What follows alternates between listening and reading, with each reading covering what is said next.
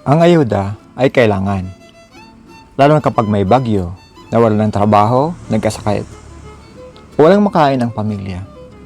Malaking bagay ang bigas, malaking bagay ang dilata, malaking bagay ang cash assistance. Pero ang tanong, bakit parang dito na lang umiikot ang buong sistema? Kung may ayuda ngayon, pero wala namang trabaho bukas. Kung may relief goods, pero tonton pa rin binabaha ang barangay. Kung may cash assistance, pero walang trainings, puhunan, o kabuhayan. Tulong ba yan? O pampalubag-loob lang? Hindi ba samang tumanggap ng ayuda? Hindi nakakahiya ang nangangailangan ng tulong. Pero, hindi dapat doon natatapos ang solusyon. Ang kailangan ng tao, trabaho, kabuhayan, trainings, suporta sa negosyo, at maayos na serbisyo. Ang ayuda, kailangan, pero ang tunay na solusyon ay ang kabuhayan.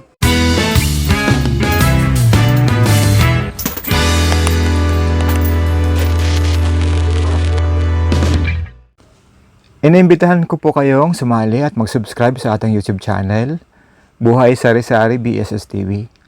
Sa ating Facebook page naman po, pakipollow na rin po para masubaybayan ninyo ang ating mga bagong video at updates. Bilang po pagpapasalamat sa inyong suporta at pagtangkilik, sisikapin ko po magawa ng mas makabuluhan, kapaki-pakinabang at inspiradong content para sa inyo. Maraming salamat po sa inyong tiwala. Magandang araw po sa inyong lahat. Ako si Joseph. Welcome ulit dito sa ating Sari-Sari Store Mini Podcast. Ang munting tambayan kung saan ang simpleng mga usapan pero buhay ang pinag-uusapan. Dito tayo sa tabi ng tindahan, may kape, may mga cookies, may mga soft drinks, may lista ng utang, may mga taong dumadaan, at may mga kwentong hindi mo basta maririnig sa mga opisina o sa press conference. Ngayon, ang pag-usapan natin ay ang isang topic na siguradong maraming nakaka-relate.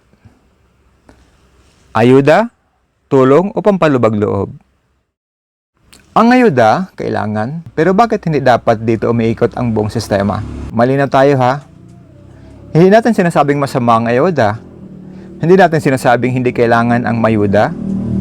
Sa panahon ng sakuna, sa panahon ng krisis, pandemya, pagkawalan ng trabaho, o biglaan ng pangangailangan ng malalaking bagay, kapag walang pagkain ng pamilya, malaking bagay ang bigas. Kapag walang pambili ng gamot, malaking bagay ang cash assistance. Malaking bagay ang relief goods. At kapag nawala ng kita, malaking bagay ang pansamantalang tulong. Pero ang tanong, sapat ba yun? Kung taon-taon na lang, ayuda pero walang trabaho, sapat ba yun?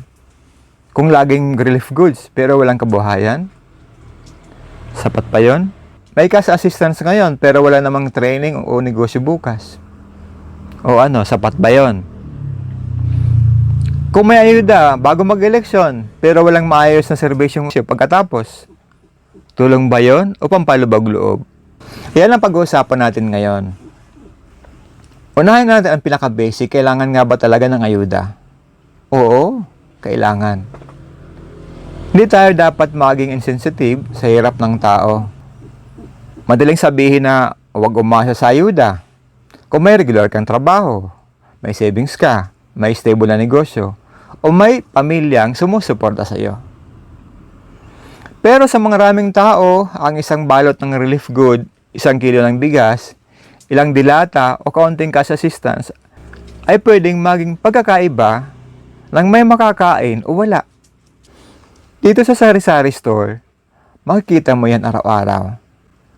May mga nanay na bibili ng tingi-tinging kape, may estudyanteng bibili ng isang pirasong cracker, may tatay na nangungutang muna ng sardinas, may lola na nagtatanong kung pwede bang bukas na lang bayaran ng gamot o load.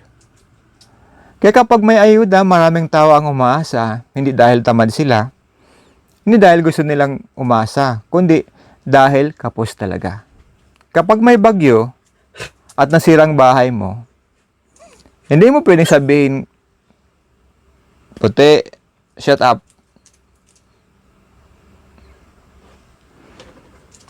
Kapag may bagyo at nasirang bahay mo, hindi mo pwedeng sabihin sa pamilya mo na maghintay tayo ng long-term economic plan. Kailangan mo ng pagkain ngayon. Kapag wala kang trabaho, hindi mo pwedeng sabihin sa anak mo, darating din ng investment. Kailangan mo ng ulam ngayon. Kaya oo, ang ayuda ay necessity. Pero ito ang mahalaga, ang ayuda ay emergency support. Hindi dapat permanenteng sistema ng pag-asa. Ang ayuda ay dapat tulay, hindi dapat destinasyon. Ang ayuda ay dapat first aid. Hindi dapat buong treatment.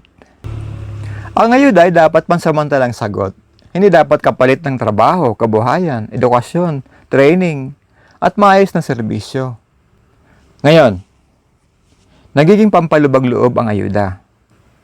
Nagiging lamang pampalubag-loob ang ayuda kapag ginagamit ito para patahimikin ang tao, imbes na solusyonan ang ugat ng problema. Halimbawa, mataas ang presyo ng bilihin. Ang sagot, bigyan ng konting cash assistance. Okay, nakakatulong iyan. Pero pagkatapos na maubos ang pera, mataas pa rin ang presyo. Wala pa rin trabaho, kulang pa rin ang kita. May iba sa barangay, ang sagot, relief good. Kailangan yan. Pero kung taon-taon na lang, binabaha ang barangay at walang maayos na drainage system project, walang flood control, walang relocation plan, walang clearing, ay walang land use planning, relief good lang ba ang sagot? May magsasakang nalugi dahil sa bagyo. Ang sagot, isang bihis na ayuda? Oh, okay. Malaking tulong yon. Pero paano ang binhi? Paano ang abono? Paano ang market access? Paano ang irrigation? Paano ang crop insurance? Paano ang puhunan para makapagsimula ulit? May mga kabataang walang trabaho. Ang sagot, payout o temporary work. Okay, may kita ngayon. Pero paano bukas? May skills training ba? May job placement ba? May local industry ba? O may business support pa? Diyan nagiging pampalubag-loob ang ayuda. Kapag ang tulong na binibigay ay pansamantalang gumagaanan ang pakiramdam ng tao. Pero hindi inaayos ang dahilan kung bakit sila naghihirap. Parang gamot sa sakit ng ulo. Pero hindi mo tinitingnan kung bakit paulit-ulit ang sakit ng ulo. At para kang naglalagay ng timba sa tumutulong bubong, pero hindi mo inaayos ang butas. At parang nagpapakain ka ng isang araw, pero hindi mo naman tinutulungan ang tao na magkaroon ng hanap buhay. Again, hindi masama ang ayuda. Pero kung ang ayuda lang palagi, may kulang.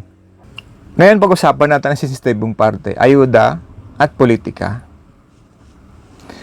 Hindi natin pwedeng ikaila na sa Pilipinas, madalas nagiging political tool ang ayuda. Minsan may pangalan, may mukha, may tarpaulin. Minsan may picture taking. Minsan kailangan pumili ng matagal. Tapos parang utang na loob mo pa.